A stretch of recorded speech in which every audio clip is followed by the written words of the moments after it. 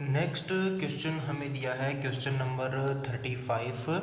इसके अंदर बोला है कि आंकड़ों का माध्यक 525 है, एक्स और वाई का मान ज्ञात करना है और कुल बारंबारता है वो 100 दे रखा है। तो ये अपने पास में कुल बारंबारता दे रखी है और सभी का जो योग है वो अपने पास में कितना है, 100 है।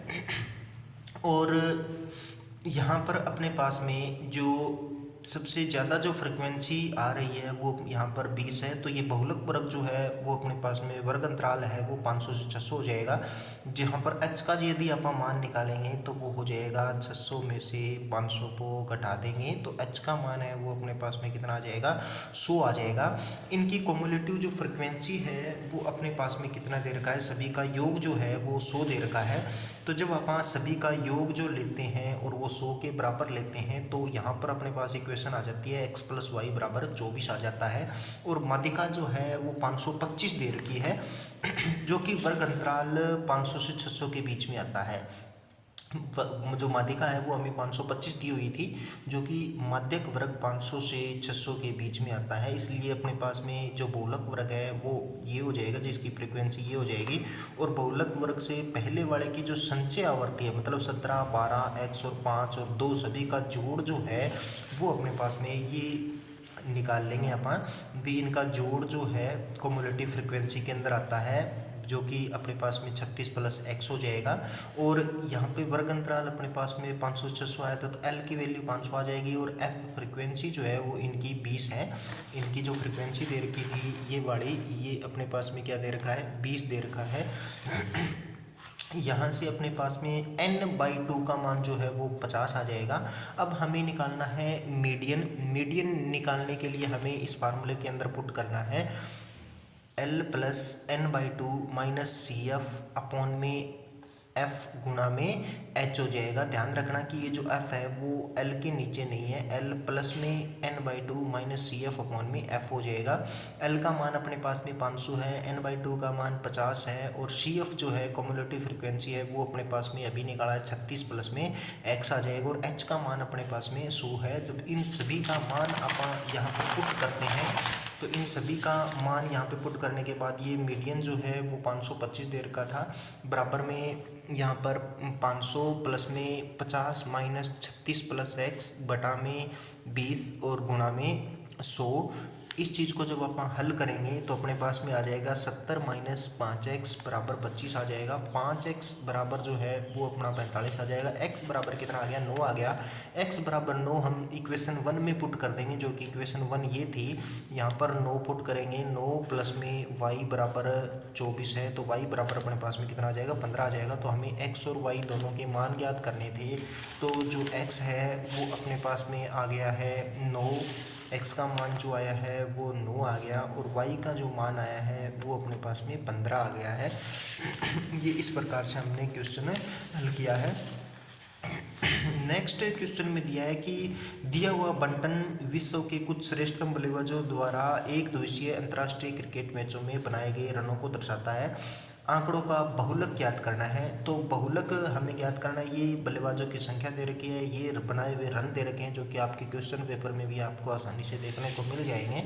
तो हमारे पास में क्या चीज़ है कि जो सबसे ज़्यादा जो नंबर आए हैं जब बल्लेबाजों की संख्या है वो 18 है। इसका मतलब अपने पास में बहुलक वर्ग 4 से 5 होगा। इसकी लोअर लिमिट 4 है और हायर लिमिट इसकी 5 है। ये अपने पास में F1 मानेंगे, आप बहुलक निकालते वक्त F1 मानेंगे। इससे पहले वाला जो होता है वो F0 माना जाता है और इससे आगे वाला जो होता है वो F2 माना जाता है। तो यहाँ पर अपने पास में L का मान आ जाएगा वो 4000 आ जाएगा और F1 का मान 18 आ जाएगा।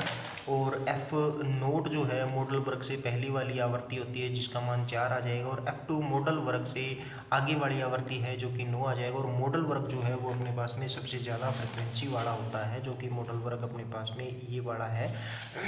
इनका मान इसी सूत्र में हमें रखना है, L प्लस में F1 - F0 बटा में 2F1 - F0 - F2 गुणा में H। इसके मान यहाँ पे रखने के बाद में अपने पास में ये क्वेश्चन है वो अपना आसानी से हल हो जाएगा। जिसका जो मान है वो बहुलक है वो आ जाएगा अपने पास में ये बड़ा बहुलक है वो अपने पास में इसको हल करने के बाद में आसानी से आ जाएगा।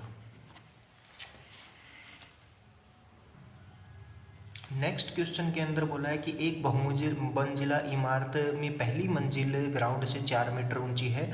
यदि आप ये माने कि पहली मंजिल ये जो है वो 4 मीटर की ऊपर है, तो इसके बाद प्रत्येक ऊपरी मंजिल 3 मीटर ऊंचाई पर है। मतलब कि दूसरी वाली जो मंजिल माने तो आप वो 3 मीटर की ऊंचाई पर माने तो टोटल जो ऊंचाई है वो कितनी हो जाएगी, 7 हो जाएगी।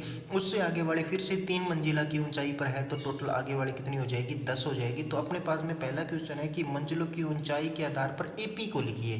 मंजिलों की ऊंचाई के आधार पर एपी को लिखे तो पहला तो अपने पास में 4 आ जाएगा और दूसरा जो है वो उससे 3 अधिक 7 आ जाएगा, फिर उससे 3 अधिक 10 आ जाएगा, फिर उससे 3 अधिक 13 आ जाएगा, फिर उससे 3 अधिक 16 आ जाएगा। इस प्रकार से हमारे पास क्या बन जाएगी, एक एपी बन जाएगी।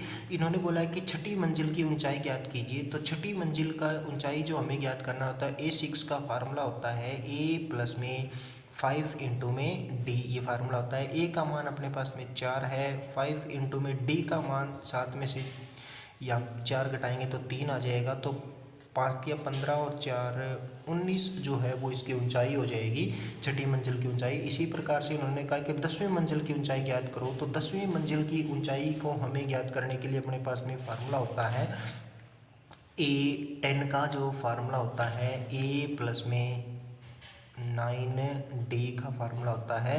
ए का मान अपने पास में 4 है, 9 इंटू में डी तो 9 दिया 27 और 4 31, इसका जो आंसर आ जाएगा 10वीं मंजिल की ऊंचाई। इन्होंने कहा कि प्रत्येक मंजिल के बीच ऊंचाई का अंतर ज्ञात करो। प्रत्येक मंजिल की ऊंचाई के बीच का अंतर अपने पास में क्या है कि दूसरी मंजिल हमें डी निकालना है। डी क्या होगा, A2 में से A1 को घटा दो तो जो कि अपने पास में 7 माइनस 4 जो है वो अपने पास में कितना आ जाएगा, 3 आ जाएगा। ये अपना क्वेश्चन ई सेक्शन का 36वां क्वेश्चन है।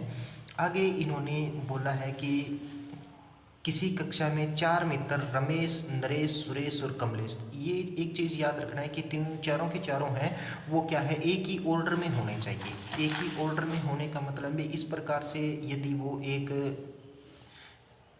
इस 4 मित्र इस प्रकार से बैठे हैं तो ये यदि आप ए लेकर के चलें तो ये अपने पास में रमेश होगा, क्योंकि पहले नंबर पे ए दे रखा है तो ये अपने पास में क्या हो जाएगा, रमेश हो जाएगा। और बी पे पॉइंट पे अपने पास में नरेश हो जाएगा और सी पॉइंट पे अपने पास में है वो सुरेश हो जाएगा और डी पॉइंट पर अपने पास में जो है 2 7 दे रखा है, इनके वो कमलेश हो जाएगा। अब हमें ज्ञात करना है कि पहला क्वेश्चन इन्होंने दिया है कि रमेश तथा सुरेश के बीच की दूरी हमें ज्ञात करनी है। रमेश तथा सुरेश के बीच की दूरी हमें ज्ञात करनी है। रमेश और सुरेश के बीच की जब हम दूरी को ज्ञात करेंगे तो ये अपने पास में है वो रमेश है और ये सुरेश है। मतलब कि हमें ये डायगोनल ज्ञात करना है तो सीधा ही फार्मूला इसका x2 माइनस x1 का स्क्वायर और y2 माइनस y1 का स्क्वायर, जो कि हमने इस प्रकार से निकाला है कि ये जो है वो रमेश, नरेश और सुरेश और कमलेश बैठे हैं।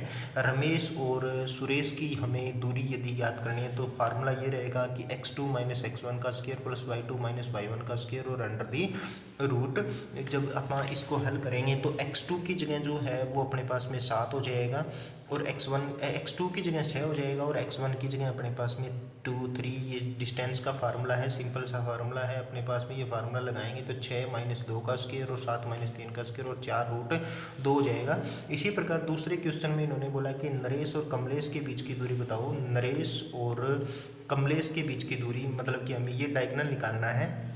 ये डायगोनल निकालेंगे तो 6 माइनस 2 का स्क्वायर प्लस में 3 माइनस 7 का स्क्वायर और अंडर दी रूट हम निकालेंगे तो ये भी 4 रूट 2 आ जाएगा। अब हमें निकालना है कि चतुर्भुज ABCD का क्षेत्रफल ज्ञात कीजिए। अब देखो ये अपने पास में ABCD एक चतुर्भुज दे रखा है, इसका जब आप क्षेत्रफल निकालेंगे तो आप क्या कर सकते हैं कि इनको एक ट्रायंगल के रूप में आप डिवाइड कर लेते हैं। इस प्रकार से जब आप इसको डिवाइड करेंगे तो एक ट्रायंगल तो अपने पास ऊपर आ जाती है और एक ट्रायंगल नीचे आ जाती है।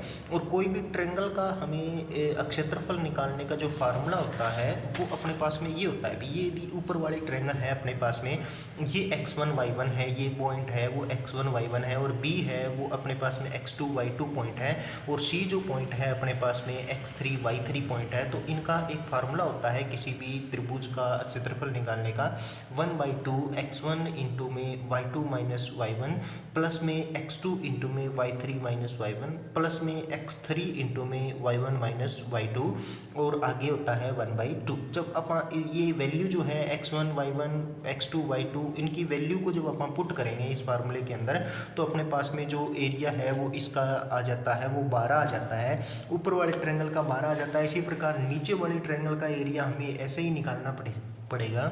ADC इस त्रिभुज का क्षेत्रफल का, यदि आप ये A है, ये D है और ये C है, इनका यदि आप क्षेत्रफल निकालेंगे तो फिर से वही फार्मूले में पुट कर देंगे। आप इस वाले फार्मूले के अंदर पुट करेंगे और ये मान अपने पास में कितना आ जाएगा, 4 आ जाएगा। और इन दोनों त्रिभुजों को जोड़ देंगे तो अपने पास में क्या आ जाएगा, पूरी चतुर्भुज का क्षेत्रफल आ जाएगा, जो कि 12 और 4 16 हो जाएगा। इसी क्वेश्चन के अंदर इन्होंने पूछा है कि बीच में यदि टीचर बैठा है तो रमेश से इसकी दूरी ज्ञात करनी है। मतलब कि हमें अध्यापक और रमेश के बीच की दूरी ज्ञात करनी है। तो यहाँ पर अपने पास में इसको आप x2 माने और इसको y2 माने, तो यहाँ से डिस्टेंस फार्मूला लगा सकते हैं आप। x2 माइनस x1 मीन्स कि 0 माइनस 2 का स्क्वायर हो जाएगा, प्लस में 0 माइनस 3 का स्क्वायर हो जाएगा, और अंडर द रूट, तो 2 दूनी 4 और 3 तिया 9, 9 और 4 13, अंडर रूट 13 इनके बीच की क्या हो जाएगी, डिस्टेंस हो जाएगी। नेक्स्ट क्वेश्चन के अंदर इन्होंने दिया है कि एक लाइट हाउस 100 मीटर ऊंचा है और लाइट हाउस के शिखर से 2 समुद्री जहाज़ों का अनुमान कोण 30 डिग्री और 60 डिग्री है। तो हमें इन क्वेश्चन को निकालना होगा कि लाइट हाउस से दोनों समुद्री जहाज़ों की स्थितियों का चित्र बनाइए। तो इनका चित्र है वो इस प्रकार से बन जाएगा कि ये अपने पास में एक लाइट हाउस है जो कि 100 मीटर ऊंचा है। यहाँ पर एक समुद्री जहाज है और दूसरी समुद्री जहाज ये माने अपन, तो पहली वाले का जो उन्नयन कोण है वो अपने पास में 60 डिग्री अवनमन दिया हुआ है। वैसे तो इन्होंने ये वाला कोण दिया हुआ है, तो ये और ये क्या होगा, एकांतर कोण होते हैं, तो ये अपने पास में 60 डिग्री हो जाएगा। और ये अपने पास में 30 डिग्री का जो कोण है ये अपने पास में 30 है और ये 60 दिया हुआ है, तो यहाँ से ये अपने पास में 30 डिग्री आ जाएगा। ये इनका डायग्राम बन जाएगा, ये दोनों जहाज़ें हैं। अब हमें दूसरे क्वेश्चन के अंदर, पहला क्वेश्चन तो हमें चित्र बनाना है, और दूसरे पार्ट के अंदर इन्होंने बोला है कि पहले समुद्री जहाज़ की लाइट हाउस से दूरी ज्ञात कीजिए। तो अपने पास में ये जो है वो पहली समुद्री जहाज़ है और लाइट हाउस AB है जिसकी ऊंचाई 100 दे रखी है, हमें BD ज्ञात करना है। तो अपन क्या निकालते हैं कि त्रिभुज ABD के राइट एंगल ट्रायंगल लेते हैं और AB के बटा में BD करते हैं, तो वो आ जाता है अपने पास में 60 डिग्री, 60 डिग्री आ जाता है। cos 60 का जो मान है वो अपने पास में √3 आ जाता है। तो AB अपने पास में 100 दिया हुआ था, BD हमें ज्ञात करना है, BD हमें ज्ञात करना है बराबर √3 है। तो देयरफॉर BD जो है वो अपने पास में आ जाएगा 100 बटा में √3। ये अपने पास में BD आ जाएगा जो कि पहली समुद्री जहाज की दूरी है। इसी प्रकार से हमें दूसरे क्वेश्चन के अंदर पूछा, दूसरा क्वेश्चन ये हो गया। आगे है दूसरी समुद्री जहाज की लाइट हाउस से दूरी ज्ञात करनी है। तो ये अपने पास में लाइट हाउस था और दूसरी समुद्री की मीन्स कि हमें BC की लंबाई को हमें ज्ञात करना है। तो सिमिलरली आप लेंगे त्रिभुज ABC में AB बटा में अपने पास में BC है वो आ जाएगा 30 डिग्री, जो कि 30 का मान अपने पास में 1/√3 होता है। तो AB का मान अपने पास में 100 है, BC हमें ज्ञात करना है और 1/√3। तो देयरफॉर BC जो है वो अपने पास में 100√3 हो जाएगा। अब हमें लास्ट क्वेश्चन के अंदर, अपने पेपर का जो लास्ट क्वेश्चन है उसके अंदर पूछा गया है कि ये दोनों समुद्री जहाज़ों के बीच की दूरी को ज्ञात कीजिए। दोनों समुद्री जहाज़ों के बीच की दूरी को ज्ञात करना है। तो पहले समुद्री जहाज़ और दूसरे समुद्री जहाज़ों के बीच की दूरी हमें ज्ञात करना है, तो हमें क्या निकालना है कि बी सी माइनस में से हमें करना है, बी सी माइनस में बी डी ज्ञात करना है। तो बी सी अपने पास में 100√3 था, माइनस में बी डी 100/√3 था। तो इनको जब आप हल करेंगे तो 100 तो जो है वो कॉमन निकाल लेंगे, √3 - 1/√3 है। इसको जब आप हल करेंगे तो आ जाएगा 100 इंटू में √3 गुणा √3 3 - 1 2/√3, तो ये हो जाएगा 200/√3। ये अपना क्या आ जाएगा, आंसर आ जाएगा। तो ये अपने पास में क्वेश्चन पेपर जो था 10th क्लास का प्री बोर्ड का, जो कि हमने पूरा का पूरा पेपर है वो हल कर लिया है। यदि कोई मिस्टेक इसके अंदर है तो कमेंट के अंदर ज़रूर बताएं कि हाँ यहाँ पर ये मिस्टेक है, ताकि आप आगे से इनको सोल्व किया जा सके, इस मिस्टेक को अलग दूर किया जा सके। धन्यवाद।